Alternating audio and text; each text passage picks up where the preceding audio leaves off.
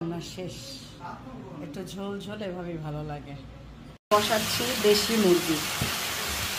আগে তো মশলা দিয়েছি, আদা বাটা, রসুন বাটা, গরম মশলা দিইনি। গরম মশলা দেবো হচ্ছে দেশি মুরগি। আমরা অবশ্য দেশি মুরগি ছাড়া খাই না। মশলা যেহেতু আগে থেকে মাখানো ছিল, তাই একসঙ্গে আলুটাও দিয়ে দিব। মশলা আগে মাখালে হয় কি, মাংস হোক চিকেন হোক এটা সফট হয়ে যায়, হার্ড হয় না।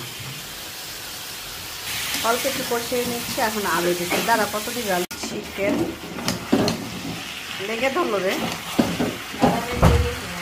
চিকেন কষা হয়ে গেছে। এখন এখানে পানি দিয়ে দেব। কোনো কিছুই ঠিক মতো না কষালে ওটা স্বাদ হয় না।